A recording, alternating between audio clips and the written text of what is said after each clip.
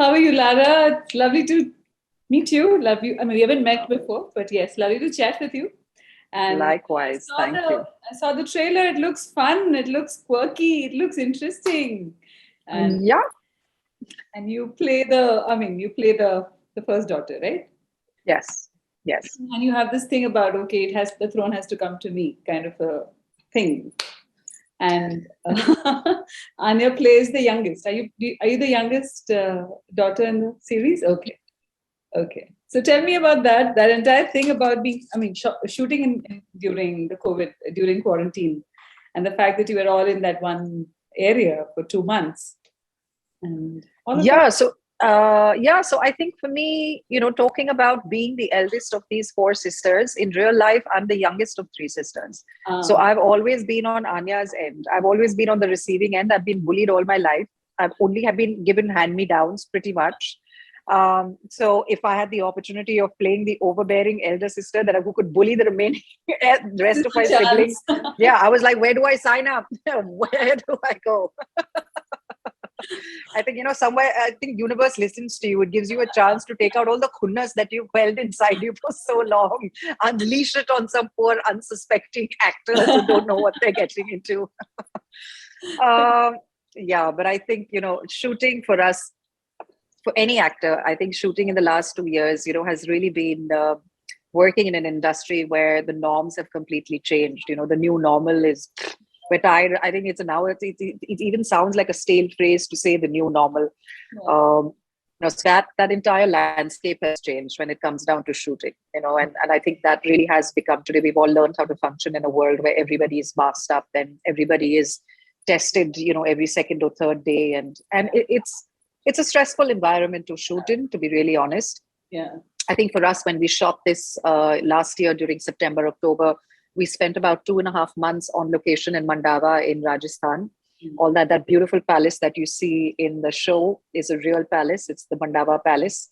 So we shot on a real life location. And I think more than anything else, it gave us an opportunity. It gave us a little oasis in the middle of all the chaos that was going on in 2020, with no one really knowing, no vaccines in sight, no one really knowing, where the light was at the end of the tunnel.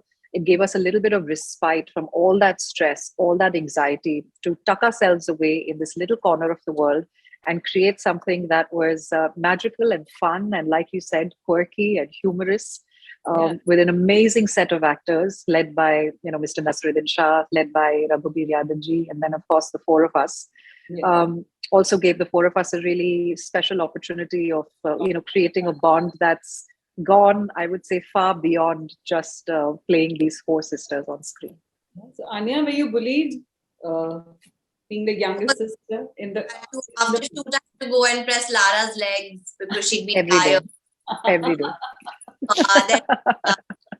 Not at all. I think they were just absolutely wonderful women who took care of me instead of bullying me and were really protective of me. So that was lovely. Yeah. You play a social media influencer, right? If I'm not... No, that's Kamini. That's Kritika Kamra. She plays the social media influencer. I play the gamer. Oh, okay. So, yeah. I play video game, and I'm highly allergic to everything around me.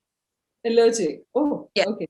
So that each person has a certain quirk about himself or herself. I mean, of course, Mr. Naseeruddin Shah, we've watched. And his role seems to be very interesting. There is a lot of humor there that you can see. And in one of his interviews, he did mention that he was itching to do a role like this because it's also, a lot of comedy is also very liberating, right? You would agree? Yeah, I think it keeps the energy on set really high, and it's difficult to do comedy. I've always said that it's much easier to make people cry than to make them laugh. Yeah. And especially when it's an ensemble, when you're doing comedy and it's one or two actors in a scene, it's easier to bounce off each other. When there's 6, 7 actors in a scene, it all really comes down to timing. And, and then each person's comic timing has to match the other. Its dialogues have to come like one pat after the other. Otherwise, it kind of falls flat. So, I mean, like we've been saying, that this has been an incredible opportunity for us. For us young women, of course, to be able to learn from two of the best veterans that we've had in the industry. And I think it was also, I'd like to believe that it was also refreshing for Nasir Saab to kind of be around us. We did give him his fair share of comedy just by our own antics without the lines that we were delivering. And I believe you found it tough to call them both. I mean, there are articles and articles about how you had to call them old men. In Hindi. Yeah, I had to call them not just old men. I had to call them do pagal buddhe, which was extremely nerve-wracking for me to do. Okay, but they were supportive, which is why that could happen. Yeah, and they both had to keep a straight face, and so did I. We were being very serious through this. Like you said, for an actor, I think it's a great period because I think writing is given preference over everything else. And your content is what people come to watch today. Your audience has really changed, They want to watch good things. They want to watch something that's interesting. As of right now, I think they love this show because they've seen so much blood and gore and violence. That this is something that's so different and refreshing for anybody to watch. But as an actor, I think the OTT space has really changed things around for us, whether it is our characters, which are better written, and we get to spend more time with them, or it's just the storyline. You actually, a writer has a lot more time to give to each character, and hence ensembles are possible, and such wonderful ensembles are possible because of this. So definitely, I think this is a really, really good time for any actor to be a part of the OTT space. Yeah, so when the role came to you, what was your reaction to it?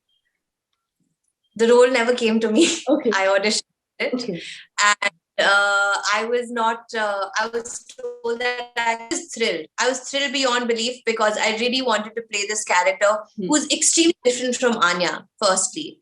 And secondly, to be a part of a cast that we have, it would be any actor's dream. I know that for sure. And I feel extremely fortunate to be a part of this cast. Small part, but I'm a part of it.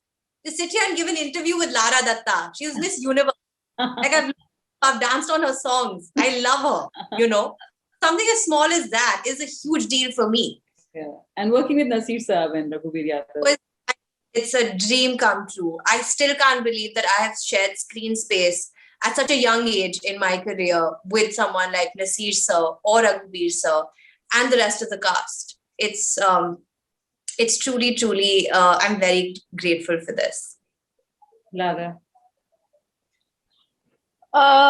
Yeah, I've said this innumerable amount of times, and I say it again and again that I'm having the best time of my life as an actor now. This is the kind of content that I've always wanted to do. And I think for me as a female actor, the advent of OTT in India has been an absolute boon and blessing. It's the best thing that could have happened. And you rightly said that it's not the era of stars anymore, it's the era of actual actors. And for the amount of actors that have now come to the forefront who never had opportunities before, the kind of talent that's coming out because of OTT is incredible, and these are the people who are actually finally getting their due in front of an audience that absolutely loves them. And it's not they suddenly emerge out of nowhere. They've always been around. They've just never had the opportunity. Yeah. So I think it's been fantastic. And I love the fact that people have the choice, an audience has a choice to watch and consume whatever it is that suits them, and there's that much amount of content being created. Also, I interviewed your husband recently between Leander and Mahesh Bhupati. There was a series as well. So all kinds of content, like you said, people want to know the backstories. People want to know what happened. It's not just about a linear narrative anymore. All kinds of content coexist. And the good thing about this one is largely the fact that a lot of content at one point of time when OTT started was dark. Now there's a lot of mirth, there's a lot of laughter, there is a lot of irony, there's sarcasm, there's humor. So this entire plethora of light-heartedness is amazing to see. And to play that, I think comedy also comes from a very evolved space. It's not easy, like you said, to do comedy. How do you take to that? Well, just picking up on what you said as well, Manju, one of the things that I absolutely love about this show is that it, in terms of a look, it's quite distinctive from anything that you have on OTT right now. I mean, so this coming out on Z5, it's vibrant. Yeah. It's really colorful. Yeah. The characters are slightly larger than life. The mounting of the show is slightly larger than what OTT content normally is. Yeah. So if you actually look at it, it's one season spread across 10 episodes, but it almost looks like a film. It's got music in it. It's got humor in it. It's got these incredible sets that are superbly colorful. It's got these locations that are not small, they're quite grand on scale. So I think in terms of OTT, it has a very distinctive look from anything else that's already out there. And doing comedy for me, honestly, was a choice that I made many, many years ago when I first stepped into the industry, because also I wanted to break away from directors and producers constantly looking at me only as a former Miss Universe that had stepped into the industry. So I mean, obviously, I made a debut with Andaz, which I think for me was a great, step into the industry. Did really well, sort of projected me not just as a glamour girl, but then because you come by on a default setting, you come from a glamorous industry, you're invariably cast in roles that want you to be, play the glamour doll, have the songs, have the running around, play so-and-so's girlfriend or wife or whatever. And I think comedy helped me break away from that, which are the first ever real taste that I had of it was in No Entry. And which was also for me an opportunity to realize that I actually had comic timing, that I was good. That was the genre that I enjoyed the most.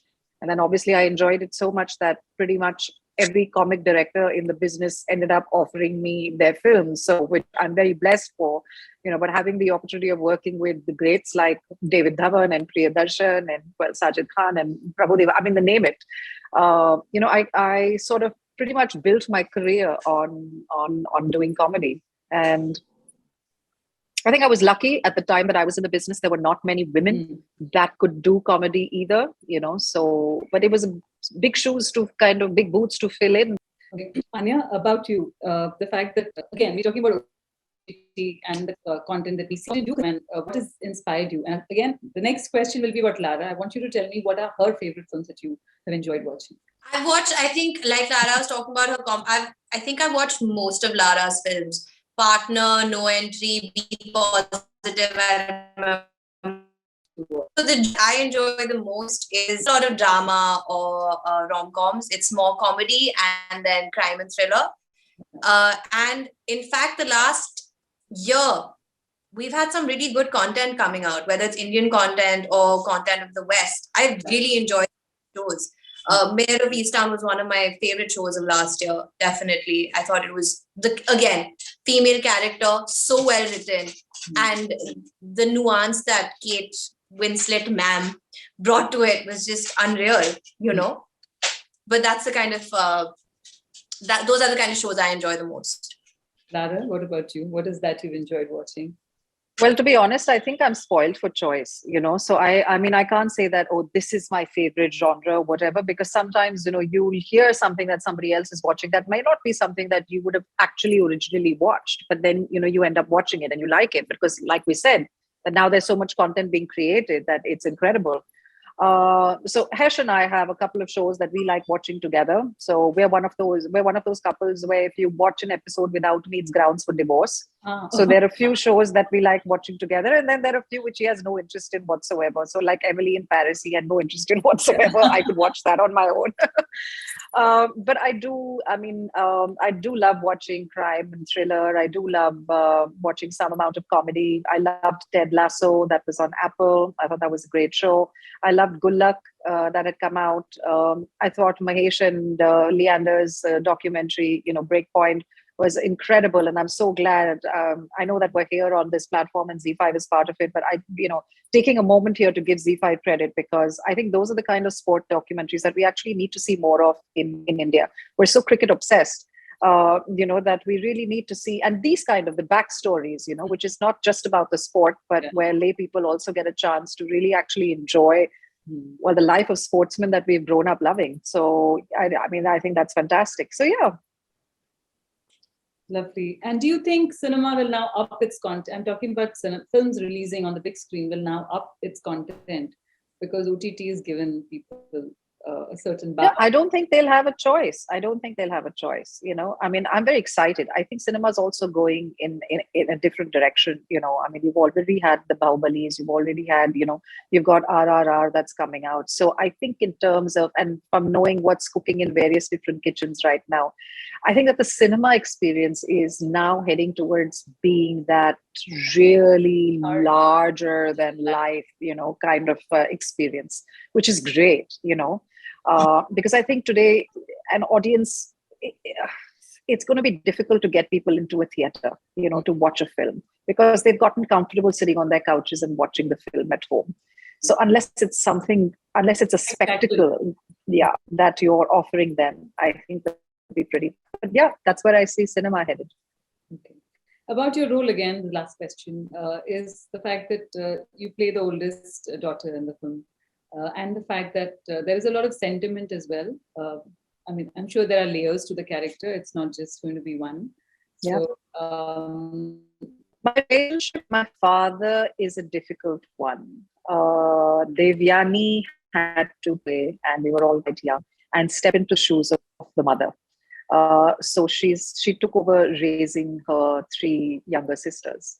And in a way, I think she possibly resents the father for thrusting that upon her at such a young age.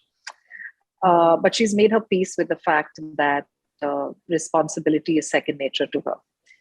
So she's made her peace with the fact that when things go wrong, she's going to be the one that gets turned towards.